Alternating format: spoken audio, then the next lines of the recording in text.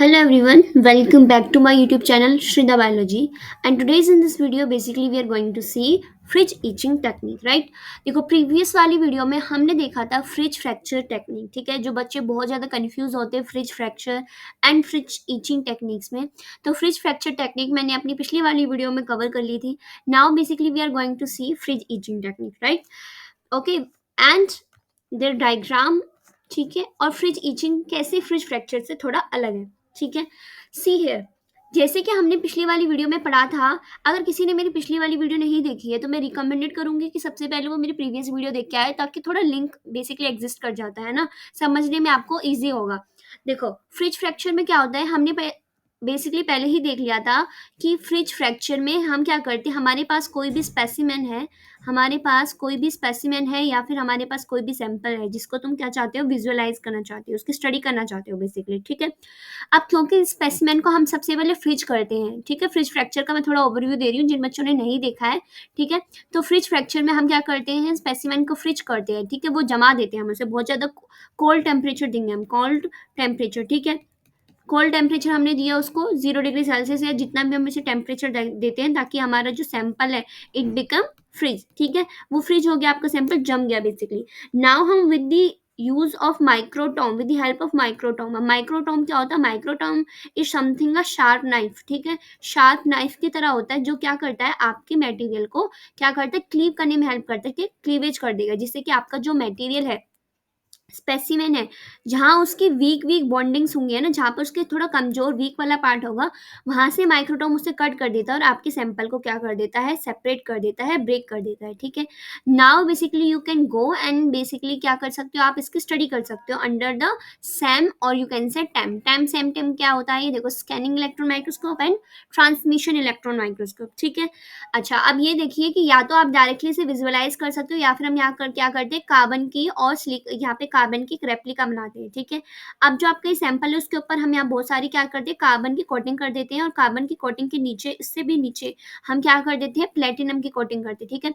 Thin किसकी coating कर देती हूँ, यहाँ पर मैंने सैंपल के ऊपर एक पतली सी ब्लैक कलर में प्लेटिनम की थिन कोटिंग की है, एंड उसके ऊपर मैंने बहुत ज्यादा क्या कर दिया, कार्बन को उसके ऊपर कोट करा दिया, ठीक है, ताकि मैं क्या बना सकूं, मैं रेप्लिका बना दूं, ठीक है। फिर हम बाद में क्या करते हैं, रेप्लिका की स्टडी करते हैं, ठीक है। इतना सब हमने फ्रिज फ्रैक्चर में हमने देखा था कि कैसे हम फ्रिज फ्रैक्चर से अपने सैंपल को विजुअलाइज कर सकते हैं एंड ऑब्जर्व कर सकते हैं एंड स्टडी कर सकते हैं, यू कैन सी, ठीक है। अब fridge fracture and fridge itching में क्या है, ठीक है। देखो फ्रिज फ्रैक्चर से ही लिंक है आपका फ्रिज ईचिंग, ठीक है। अब देखो, या तो आप अपनी सैंपल को डायरेक्ट फ्रिज करके और माइक्रोटॉम से क्लीव करा के या तो डायरेक्ट ही विजुअलाइज कर लो, ठीक है, या तो डायरेक्ट ही विजुअलाइज कर लो, या फिर आपके पास होता है कि अपने सैंपल को कट कराने के बाद आप उसकी ईचिंग करा लो, ठीक है, ईचिंग करा लो। अब ये क्या होता है, ईचिंग क्या होता है ना, सबसे पहले क्या होता है, जैसे ही आपका सैंपल अगर फ्रिज है, अगर आपका सैंपल फ्रिज है और आपने उसको क्लीव भी करवा दिया है, तो आप क्या कराते हो, ईचिंग कराते हो। ईचिंग में क्या होता है, सब्लिमेशन होता है, सब्लिमेशन। अब किसी को सब्लिमेशन नहीं पता होगा तो मैं यहाँ बता देती हूँ शॉर्ट में। सब्लिमेशन का मतलब होता है, सब्लिमेशन का मतलब होता है जब आप किसी भी आइस को डायरेक्ट इसमें कन्वर्ट कर देते हो, अपना वेपर्स में कन्वर्ट कर देते हो, ठीक है। देखो जब भी मैं तुम्हें पढ़ाने बैठती हूँ ना, तो ये पीछे से सब्जी वाले आ जाएंगे, मतलब सब कोई ना कोई आ जाएगा बेसिकली डिस्टर्ब के लिए, ठीक है। तब से ये कोई नहीं आएगा, जैसे ही मैं पढ़ाने बैठूंगी तो सब आ जाएंगे, ठीक है। तो यहाँ पे देखो, जैसे ही आपका आइस जो है वो डायरेक्ट किसमें कन्वर्ट हो जाता है, वेपर्स में। यानी कि हमें हमें नॉर्मली पता है कि अगर आप आइस को रखोगे तो आइस तो पहले आपकी वाटर में कन्वर्ट होती है, एंड देन वाटर से आपकी किस में जाती है, आपकी वेपर्स में जाती है, ठीक है। ये हमने पढ़ा है। बट सब्लिमेशन में होता है डायरेक्ट आइस से वेपर्स का बना देना, लिक्विड स्टेट का एग्जिस्ट ना करना, ठीक है। आइस से डायरेक्ट वेपर्स जब हम बना देते हैं, that is called your sublimation. तो हम क्या करते हैं, जो भी सैंपल मैंने फ्रिज कर रखा था, जो जमा रखा था आइस में रख के, अब मैंने क्योंकि उसको क्लीव करा दिया है ना, फ्रिज करके हम किसी भी सैंपल को इजिली ब्रेक कर सकते हैं, ठीक है, इजिली ब्रेक कर सकते हैं। तो अब जैसे ही मैंने अपने सैंपल को, स्पेसिमेन को ब्रेक कर दिया, ठीक है, अब मैंने अपने सैंपल को क्या कर दिया, ब्रेक कर दिया, दो हाफ्स में क्लीव कर दिया, अब क्योंकि इस पे अभी क्या है, फ्रिज है ना, अभी इसमें थोड़ी बहुत आइस होगी, फ्रिज है मेरा सैंपल, तो मैं क्या करा दूंगी, मैं इसको सब्लिमेशन करा दूंगी। सब्लिमेशन यानी बहुत ज़्यादा हाई टेम्परेचर में दूंगी। ठीक है, सब्लिमेशन क्या होता है, हम इस सब्लिमेशन में बहुत ज़्यादा हाई टेम्परेचर देते हैं। जब हम बहुत ज़्यादा हाई टेम्परेचर देंगे तभी तो आपकी जो आइस है वो डायरेक्ट इसमें कन्वर्ट हो जाएगी, वेपर्स में कन्वर्ट हो जाएगी। एम आई राइट? तो इसलिए हम यहाँ पे क्या कर रहे हैं, सब्लिमेशन की हेल्प से अपनी आइस, जो इस सैंपल में आइस हो गया, देखो आइस को मैं समझाने के लिए आपको ब्लू कलर से शो कर देती हूँ, ठीक है, ताकि समझ आ जाए। ये वाला कलर ले लेते हैं, आइस वाला। ठीक है, यहाँ पे मतलब आइस के क्रिस्टल्स बने हुए हैं, यहाँ पे आइस है, ठीक है। बट क्योंकि मैंने इसे बहुत ज़्यादा टेम्परेचर दिया है, ठीक है, तो ये वाटर के मॉलिक्यूल जहाँ पे आइस बने हुए थे वो क्या हो जाएंगे, आपके वेपर्स बन के उड़ जाएंगे, है ना, वेपर्स बन जाएंगे। और आपके अब जैसे जैसे वेपर्स बनेंगे वैसे वैसे आपका जो सैंपल है, जो आइस ने कवर कर रखा था, उसके हम एक एक लेयर को स्टडी कर सकते हैं, है ना। क्योंकि धीरे धीरे क्या हो रही है, आपका जो वाटर वेपर्स, जो भी आपकी आइस की जो फ्रिज हुई पड़ी हुई थी, उसमें क्या बन गई, उसकी वेपर्स हमने बनवा दी थी। क्या, अब हम धीरे धीरे एक एक लेयर, एक एक सैंपल की स्पेसिमेन की लेयर को स्टडी कर सकते हैं। ठीक है, that is your freeze itching. ठीक है, इतना हमने सबने समझ लिया। अब देखो, अब हम ना ये सब थ्योरी पढ़ेंगे। वैसे मैंने थोड़ा ओवरव्यू तो मैं सबको दे दिया है। बेसिकली क्या होता है, देखो फ्रिज फ्रैक्चर और फ्रिज ईचिंग दोनों ही एक दूसरे से रिलेटेड टेक्निक्स हैं। पहले हम फ्रिज फ्रैक्चर कराते हैं, फ्रिज फ्रैक्चर कराने के बाद या तो आप डायरेक्ट विजुअलाइज कर सकते हो under the scanning electron microscope और ट्रांसमिशन इलेक्ट्रॉन माइक्रोस्कोप, या फिर आप क्या कर सकते हो, आप उसको फ्रिज ईचिंग करा के, सब्लिमेशन कराकर आप एक एक लेयर की क्या कर सकते हो, स्टडी कर सकते हो। ठीक है, अच्छा हमें यहाँ पर थ्योरी पढ़ लेते हैं। ठीक है, जो बच्चा भी अपने कॉलेज एग्जाम्स के लिए प्रिपेयर कर रहा है तो उसके नोट्स बनाए, क्योंकि ये वाला जो टॉपिक्स होते हैं शॉर्ट नोट्स में आ जाता है, लॉन्ग टॉपिक्स में भी आ जाता है, और डिफरेंस भी आ जाता है fridge fracture and fridge etching technique, right. See here, a fridge fracture replication is an extremely valuable technique that was developed by Russell Steele, made even more informative by including a step called fridge etching. देखो fridge fracture technique already develop हो गई थी. Fridge fracture is also a good technique, but जैसे ही हमने fridge etching को भी जोड़ दिया तो it become more informative, right? In this step, frozen fracture specimen, जो आपका ऑलरेडी फ्रोजन सैंपल था, ठीक है, जिसको हमने फ्रैक्चर भी करवा दिया था, उसको तोड़ दिया था with the help of microtome, is expose to a vacuum. हमने इसको वैक्यूम में रखा विद एलिवेटेड टेम्परेचर। हम बहुत ज़्यादा टेम्परेचर दे रहे हो सैंपल को कुछ मिनट्स के लिए, ताकि क्या हो सके, जो आपकी लेयर ऑफ आइस है वो इवेपोरेट हो जाए, उसका सब्लिमेशन हो जाए, और आपका सरफो, जो आपका आइस इवेपोरेट हो जाएगी वेपर्स में, तो धीरे धीरे जब आइस वेपर्स में उड़ जाएगी सारी, तो हमें सरफेस एक्सपोज हो जाएगा, जिससे कि हम क्या कर सकते हैं, प्रिजर्व कर सकते हैं अपने स्ट्रक्चर ऑफ द स्पेसिमेन को। ठीक है, अब क्योंकि सरफेस हमें दिखने लग गया है, ठीक है, अब हम सरफेस की किससे कोटिंग करा देते हैं। देखो दोनों सैंपल में, फ्रिज फ्रैक्चर में भी और फ्रिज इचिंग में भी आपको देखने को मिल जाएगा कि दोनों में हम किसकी कोटिंग करा रहे हैं, अल्ट्रा थिन कोटिंग कराते हैं। जैसे उसमें हमने प्लेटिनम का कराया, तो यहाँ भी हम हैवी मेटल्स की कोटिंग करा लेते हैं। ठीक है, बाय थिक कार्बन, ठीक है, कार्बन की एंड हैवी मेटल्स की हम कोटिंग कराते हैं टू स्टडी। एंड बेसिकली हम क्या कराते हैं, एक मेटल रेप्लिका बनाते हैं that relevant the external and internal structure of cellular membrane. ठीक है, देखो जैसे कि अगर मैं फिर से तुम्हें समझाना चाहूँ, जिन्होंने मेरी पहली वाली वीडियो नहीं देखी है, कि लेट्स से ये तुम्हारी क्या है, मैं बहुत ब्रीफ में बता रही हूँ। ठीक है, ये आपका प्लाज्मा मेम्ब्रेन का मैं ना स्ट्रक्चर बना रही हूँ। ठीक है, this is your plasma membrane. जिसने मेरी पहली वीडियो वाली देखी होगी उसमें तो मैंने ये सब कुछ समझाया है ना। वैसे अगर मैं फिर भी बता रही हूँ, देखो यहाँ पे एक मैं नाइफ लेके आई, शार्प नाइफ, ठीक है, जिसकी हेल्प से मैंने क्या किया, शार्प नाइफ में लेके आई और मैंने इसको क्या करा दिया, अपनी प्लाज्मा मेम्ब्रेन को मैं कट करा रही हूँ, क्लीव करा रही हूँ। मैंने यहाँ से क्या कर दिया, क्लीवेज करा दी, है ना, क्योंकि मैं स्टडी करना चाहती हूँ प्लाज्मा मेम्ब्रेन की। ठीक है, तो अब क्या हुआ, मेरे को दो लेयर मिल जाएंगी। ठीक है, ये लिपिड की बायलेयर मेम्ब्रेन में बना रही हूँ। ठीक है, अब मेरे को ये दो सेपरेट लेयर मिल गई। ठीक है, दो सेपरेट लेयर मेरे को दिख गई है।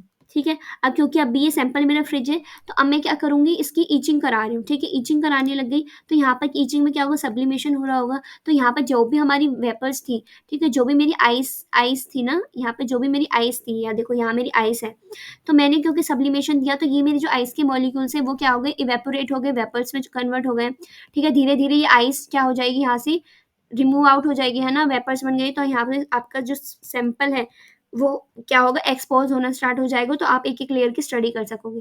फिर उसके बाद हम क्या कर रहे हैं, मैं बार बार जो प्लेटिनम थिन कोटिंग रेप्लिका बता रही हूँ, इसके ऊपर आप ना एक हल्की सी किसकी कोटिंग करा दी, मैंने एक हैवी मेटल की कोटिंग करा दी, दैट इज योर प्लेटिनम। ठीक है, कोई भी हैवी मेटल। फिर उसके ऊपर हम क्या करते हैं, उसके ऊपर मैं एक थिक किसकी कोटिंग करा देती हूँ, कार्बन की कोटिंग करा देती हूँ। ये मैंने येलो कलर में किसकी कोटिंग दिखाई है, येलो कलर में मैंने दिखाई है कि मैंने यहाँ पर किसकी कोटिंग करा दी, कार्बन की कोटिंग करा दी। ठीक है, अच्छा ठीक है, दिस इज योर कार्बन की कोटिंग, और दिस इज अ प्लेटिनम का थिन थिन कोटिंग। ठीक है, ये यहाँ पे बताया है। अब क्या होगा, हम इस ऊपर वाली लेयर को लेंगे, है ना, this is your above layer. ठीक है, इसके नीचे क्या है, इसके नीचे आपको किसकी लेयर दिख रही है, दैट इज योर प्लेटिनम की layer and this is your carbon. हमने रेप्लिका बना ली, इसके नीचे क्या मिलेंगे आपको, इसके कुछ इम्प्रिंट्स दिखाई देंगे, किसके, अपने स्पेसिमेन, जो यहाँ पे मैंने लिपिड बाइलेयर की मेम्ब्रेन दिखा रखी है ना, उसके आपको क्या दिख रहे हैं, उसको आपको नीचे उसके क्या दिख रहे हैं, इम्प्रिंट्स दिख रहे हैं। ठीक है, तो ऐसे हम क्या करते हैं, रेप्लिका बनाते हैं और उसकी स्टडी करते हैं।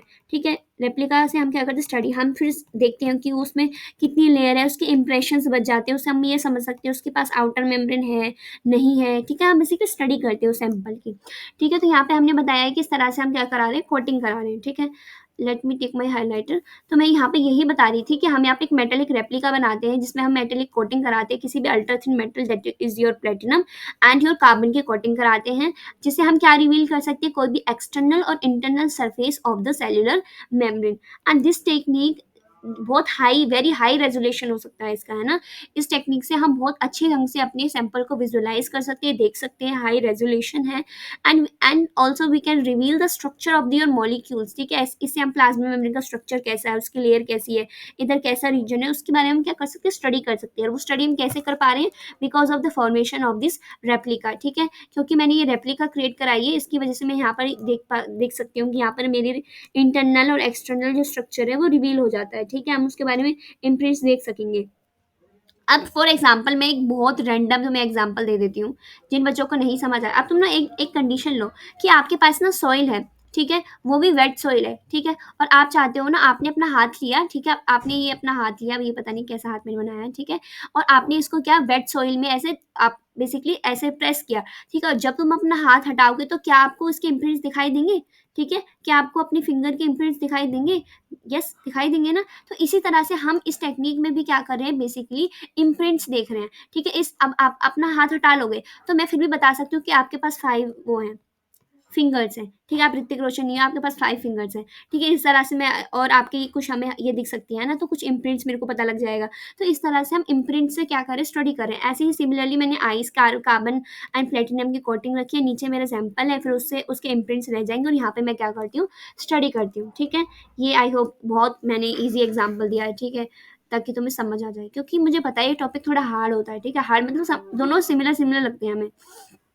ठीक है, and see here this technique successfully develop. ठीक है, एंड द प्रेजेंस ऑफ, देखो इस टेक्निक से ना, इस टेक्निक से बाय फ्रिज ईचिंग टेक्निक से हम क्या क्या कर सकते हैं, हम ना किसी भी गैप जंक्शंस होते हैं ना, जंक्शंस यानी कि जंक्शंस किसी को नहीं पता होगा, दो सेल्स के बीच में, दो, ये मैंने आपकी दो सेल्स बनाई हैं। ठीक है, ये आपकी कोई दो सेल है, इन दो सेल्स के बीच में भी आपके कुछ जंक्शंस होते हैं जिसे हम बोलते हैं गैप जंक्शंस। ठीक है, यहाँ पे कुछ जंक्शंस होते हैं, देखो जंक्शन, यहाँ से इसके मॉलिक्यूल्स यहाँ पे क्या होता है, ट्रांसपोर्ट होता रहता है।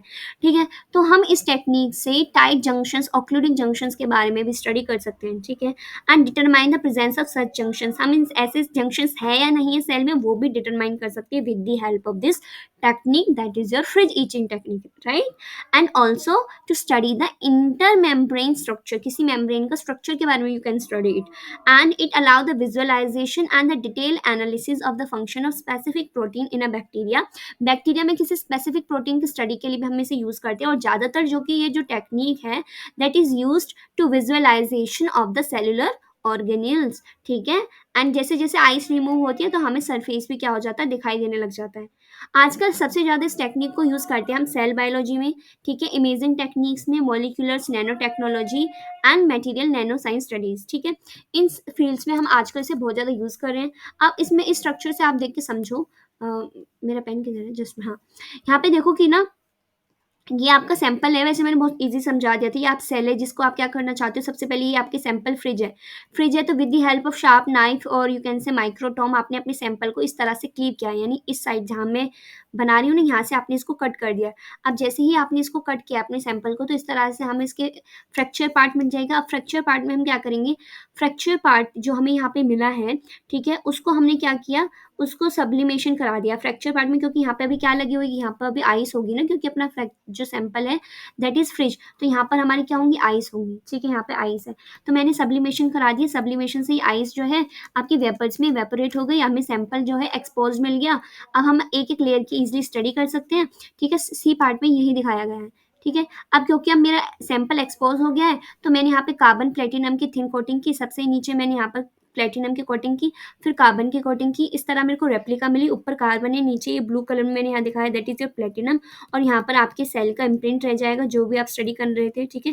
इसके इम्प्रिंट्स रह जाएँगे यहाँ पर, और यहाँ पर आप किसी भी सेल के cellular organelle structure, functions, gap junctions के बारे में स्टडी कर सकते हैं। और ये जो इसकी जो सोर्स है, देखो इस तरह से हमें फ्रिज इचिंग से इस तरह के स्ट्रक्चर्स मिल सकते हैं। देखो हमें इसमें पता लग रहा है कि इस जो आपका स्ट्रक्चर है, इसके पास आउटर मेम्ब्रेन है ना? और इसके पास ये देखो ये अंदर वाली मेम्ब्रेन है, that is your cell membrane. Outer membrane, inner membrane है या नहीं, आपका अंदर से सैंपल कैसा है, तो इस तरह के हम स्टडी कर सकते हैं।